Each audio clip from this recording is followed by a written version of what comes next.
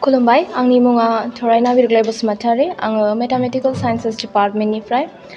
आरो आङो जोबोर गोजोननाय मोन्दों जे आंनि बे बड'लेण्ड मुलुगसोलोंसालिनि गासै लोगोफोरा गासै जुनियर्सफोरबो लोगोफोरबो गासै आंखौहाय अननानै आंजों सापर्ट खालामदों आरो सापर्ट खालामनायजों लोगोसे आंखौ बे हारिमुआरि नेहाथारि हिसाबै सायख'दों आरो इलिजिबोल साननानै दिनै गावसोरनि बेसेन गोसा भटखौ आंखौ होनानै देरहासार खालामनो हादों बेनि थाखाय रोजा रोजा साबायखर आरो बेजों लोगोसे मोनसे गोजोननाय मोनबावदों जे आङो अपोनेन्ट टीमजों थानानै जे आङो खामानिखौ मावलांनो मोनदों बेनि थाखाय आङो जोबोर गोजोननायबो मोनदों बेजों लोगोसे आरो आंनि जे हारिमुआरि नेहाथारि भटआव जे इलेक्शन गेलेदोंमोन बेनि मेन मट'आनो बेनोमोन जे आं सानो जे जोंनि बड'लेण्ड मुलुगसोलोंसालियावहाय कालचारनि बिसयावहाय माने गोबां बेकवार्ड जानानै दं स' बे बेकवार्डखौ माने आङो फरवार्ड लाबोनो सानो जौगाहोनो सानो जोंनि हारिमुआरि आयदाखौहाय जिहेतु आङो दिनै स्टुडेन्ट जानानैसो इलेक्शनखौ गेलेदों मोनसे आं बुंनो साना जे आं मोनसे हारिनि थाखायल' मावगोन आं गासिबो हारिनि थाखाय मावगोन मानोना बियो मोनसे मुलुगसोलोंसालिसो बेयावहाय नट अनलि मोनसेल' ट्राइब फैया गुबुन गुबुन कास्टनिफ्राय गुबुन गुबुन ट्राइबनिफ्राय गुबुन गुबुन फरायसुला फरायसुलिफोर फैयो स' बिनि थाखायनो आं मोनसेल' ट्राइबखौ प्रमट खालामनो साना बा मोनसेल' ट्राइबनि मोनसेल' हारिनि कालचारखौ आं डेभेलप खालामनो साना गासैबो जेसेबांनाखि जोंनि बड'लेण्ड मुलुगसोलोंसालियाव जेसेबांनाखि ट्राइब दं जेसेबांनाखि कालचार दं बेखौ आं डेभेलप खालामलांनो सानो गिबियावनो बयनिसिमबो आंनि गोसो गोथारै खुलुमनायखौ जासिग्रोबाय आंनि मुङा जेक नार्जारी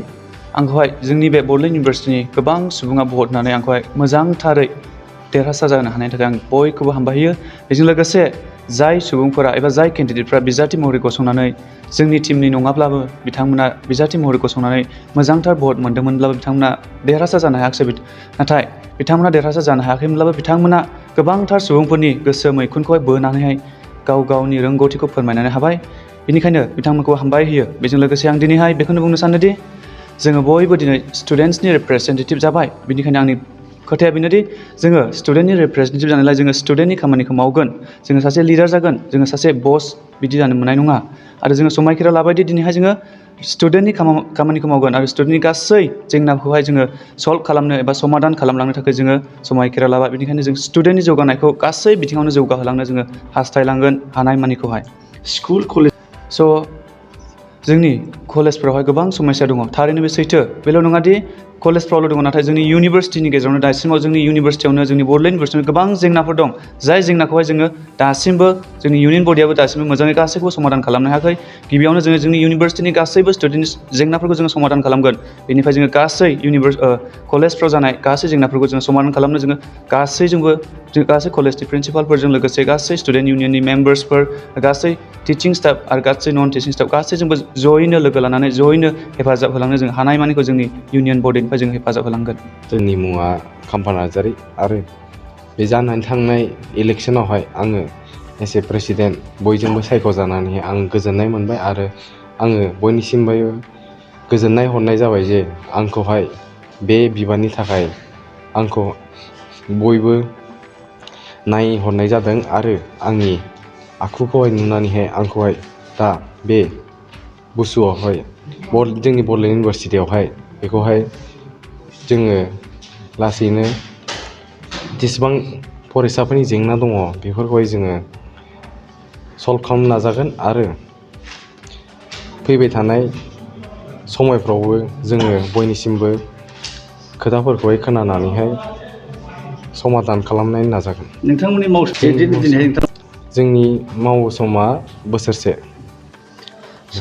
जोंना गासै 11 मेम्बार्सफ्राहाय देरहासारनो हादों आरो जोंनि অপোনেণ্টनिफ्राय সাসে দেৰহাসাৰनो হাদों মিশ্ৰা মই প্ৰথম এটোৱে ক'ব বিচাৰোঁ যে মোক সকলোৱে মৰম আৰু আদৰেৰে মোক এই বুচু ইলেকশ্যনত বিজয় প্ৰাপ্ত কৰাৰ কাৰণে মই সকলোকে ধন্যবাদ কৈছোঁ আমি মানে এতিয়া ষ্টুডেণ্টৰ যিমান প্ৰব্লেমবোৰ আছে মই নহয় আমি হৈ ফালে আমি বড়োলেণ্ড ইউনিভাৰ্চিটিত যিমান প্ৰব্লেম আছে আমি যিমান পাৰোঁ সলভ কৰিবলৈ আমি ট্ৰাই কৰিম আমি মানে আমি টিমৰ সৈতে টিম হৈ পেলাই যিমান পাৰোঁ কাম কৰিবলৈ সৰু সৰুৰ পৰা ডাঙৰ কাম যিহেতু লাইক আপোনাৰ ডাষ্টবিনৰ পৰা লৈ পেলাই মানে ৰুম চাফা কৰা এইবিলাক মানে এটা ভাল পৰিৱেশ গছৰ পুলিৰ পৰা লৈ পেলাই গাৰ্ডেনিং কৰি পেলাই মানে এটা ভাল পৰিৱেশ কৰি পেলাই মানে সকলোৰ আগত মানে বড়োলেণ্ড ইউনিভাৰ্চিটিটো মানে হাই লেভেলত লৈ যাই পেলাই মানে সবকে প্ৰাউড ফিল কৰাব খোজো যে এইটো আমাৰ বড়োলেণ্ড ইউনিভাৰ্চিটি হয় বুলি क'क्राझार गोजोननि नोगोर तितागुरि part 2 opposite NRL petrol पाम्पआव Rishi Kumar मोसाहारिनि फ्ल'रिस nursery बे नार्सारियाव बायदि रोखोमनि समायना बिबारफोरखौ फालांगि महरै खम बेसेनावनो नोंथांमोनहा मोननो हायो ऋषि कुमार मोसाहारिनि फ्ल'रिस नार्सारियाव गासैबो रोखोमनि बिबार गायनायाव गोनांथि जानाय आगजुखौ गोरलैयैनो मोननो हायो बेसेन लायाबालासिनो न'सिम दैथायहरनायनिबो खाबु दङ लोगोसे फरायसा आरो लाइमोनफोरखौबो बेवहाय सोलोंथाय होनाय जायो गोबां मिथिनो थाखाय कन्टेक्ट खालामनो हागोन नैबे नम्बराव 6009091992 ऋषि कुमार मोसाहारिनि फ्ल'रिस नार्सारियाव एक्टिभिटिज बायदियै produce and sell all kinds of horticultural planting materials and gardening design impart training to all students and educated unemployment youths home delivery and door-to-door service free. Again, contact number 6003909192.